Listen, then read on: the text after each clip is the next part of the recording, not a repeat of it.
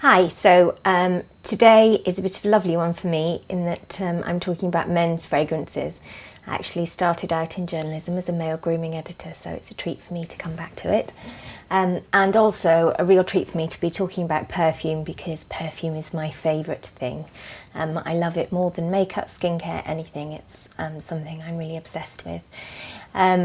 So it was an absolute treat for me to spend many hours wandering around Liberty and Selfridges and various perfumers, playing with stuff and trying to choose my top 6. The things that are important for me about fragrance, some of them will be unpopular, some of them may be things you haven't heard before, but I really hate cheap perfume. I think it's horrible and nasty. Cheap perfume smells cheap. There is just no two ways about it. And that's not my opinion, that's just a fact. To make proper perfume, you need good quality, raw ingredients, raw materials. And if you don't have those things, you make synthetics. So perfumers cut corners by making synthetic versions of pure flower oils, spices and herbs and so on. They use made up ones that are made in a laboratory, much like the scent in your toilet cleaner is made. And that's how they cut corners, and the result is that lots of perfume smells like toilet cleaner or air freshener.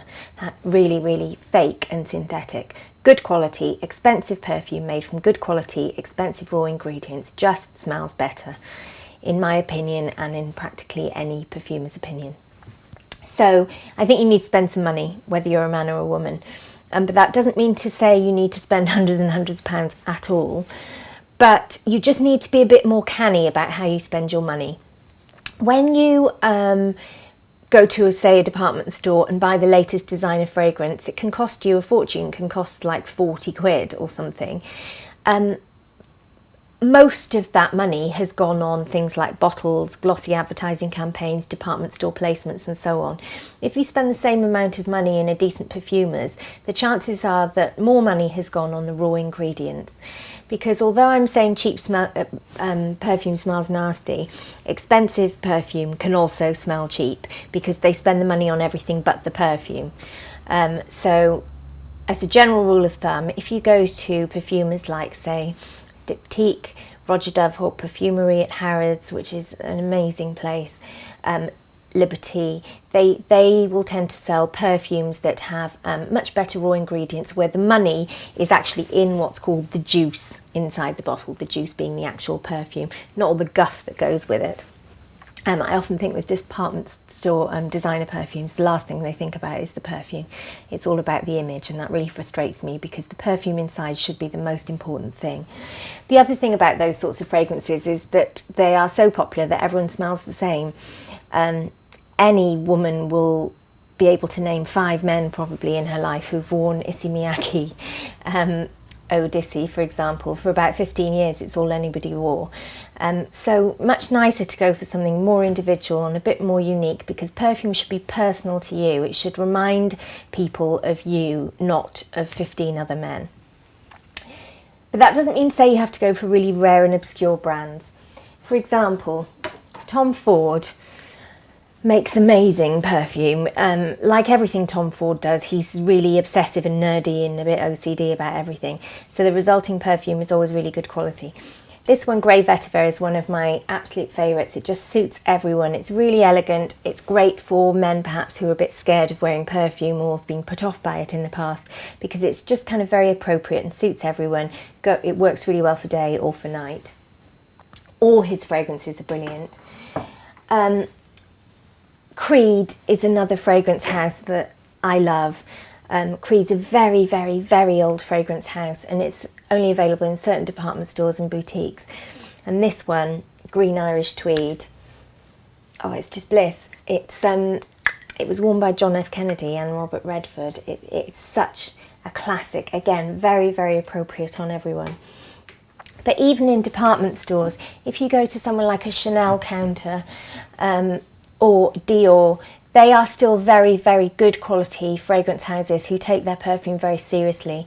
And a Chanel fragrance is likely to be of a very good quality, as is a Christian Dior fragrance or a Guerlain fragrance, for example. And those are available in your local boots. So I'm not saying you have to hunt high and low. It's just about being a bit more discerning. Now, when it comes to buying fragrance, there are a few things that will make the process easier for you, because I know it can be very daunting. As I say, go to a very good quality perfumer and get a load of strips. These are from the column, actually. They're all Liberty strips. As you can see, I've written fragrance names on them, because if you don't keep tabs of what fragrances are called, they'll all just blend into one. You will no longer recognise what's what, and you just won't remember. So take a pencil with you and write down the perfume as you're testing them down the side. Then just take your fragrance you're testing and you spray it on these strips. Now, any good department store will have these strips, by the way, and they're just like a thick absorbent card, a bit like blotting paper, and they just absorb the fragrance very well. After you've sprayed it onto the strip, just give it a few seconds to dry down. The reason you need to do this is when you first spray perfume, you get a hit of alcohol, and that alcohol evaporates, and it's only when that alcohol evaporates that you'll really get the smell of the perfume. That alcohol, the preservative in it, is the first smell you'll get, so just leave it to dry down for a second. Drying down is what they call it in the perfumery industry. Then you'll get your first smell when that alcohol is evaporated. But then what will happen over the next hour or so is the fragrance will really develop, and what will generally happen is it'll become more soft and more powdery smelling. So it's really important not to make a snap decision and to just sit with it a while. Put it back in your pocket, put it in a paper bag to protect it. Come back to it in an hour and see how you feel. If you still love it, put it on your skin. And you can repeat this process 4 or 5 times, and then maybe just choose the favourite one to put on your skin. Maybe ask for a sample. People like Diptyque and Jo Malone and Le Centre often have samples that you can take away and just live with for a while. When you're shopping for fragrances and you're testing tons and tons and tons of them, what happens is your nose just becomes a bit disorientated and you stop being able to tell the difference, and everything just starts smelling the same. In those cases, a good perfumer will very often have a little bowl of coffee beans. And coffee beans are what the perfumery industry has long since used to sort of cleanse the olfactory palate. So in between sniffs of perfume, if you sniff coffee beans, that should get things back to normal so you can smell the new fragrance afresh.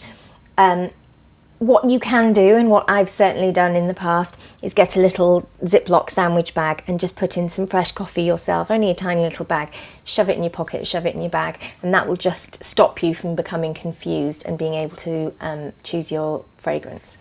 When you've got all your strips, you've narrowed it down to 1 or 2, you've worn them on your skin, at that point just go for it and buy the fragrance.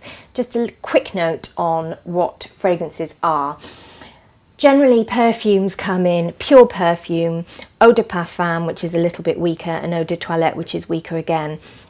It is a very common misconception that perfume is strong and Eau De Toilette is light. It's not the case at all. Perfume is more concentrated and more potent, but actually it generally smells softer than an Eau De Toilette. An Eau De Toilette will smell more alcoholic, more acidic, whereas a perfume will be soft and powdery and rely more on its ingredients to give it a hit. So please don't be fooled into thinking that perfume's strong and sort of heady and Eau De Toilette's lovely and fresh and light. It's just completely not true. The advantage that pure perfume does offer is that it lasts much longer. It tends to have a more rich smell and it lasts a lot longer, so just a squirt in the morning should see you through to evening, and maybe a top up if you're going to a party or something. It is very expensive though, pure perfume, so most people agree that probably the best compromise is an Eau De Parfum. This is an Eau De Parfum by Byredo. Byredo is an amazing brand sold in Liberties. An Eau De Parfum is just something in the middle of an Eau De Toilette and a pure perfume. So lovely, it just smells really good quality and expensive, and it doesn't smell of any one person. It's something that would adapt to the wearer beautifully. rather than, I hate that thing of like walking down the street and going, oh, he's wearing the latest Calvin Klein, he's wearing the latest Burberry, he's wearing the latest Issey Miyake. I hate that. You know, your perfume is not meant to wear you, you're meant to wear your perfume and adapt it to yourself. And the best way of doing that is getting a good quality perfume, going to a really good quality perfumer and letting them help guide you through the process, because I know it can be a daunting business. Anyway, my all-time 6 favourite men's fragrances are in the column. It was a very lovely job to do, but I look forward to hearing what your favourites are. Thanks very much. Bye.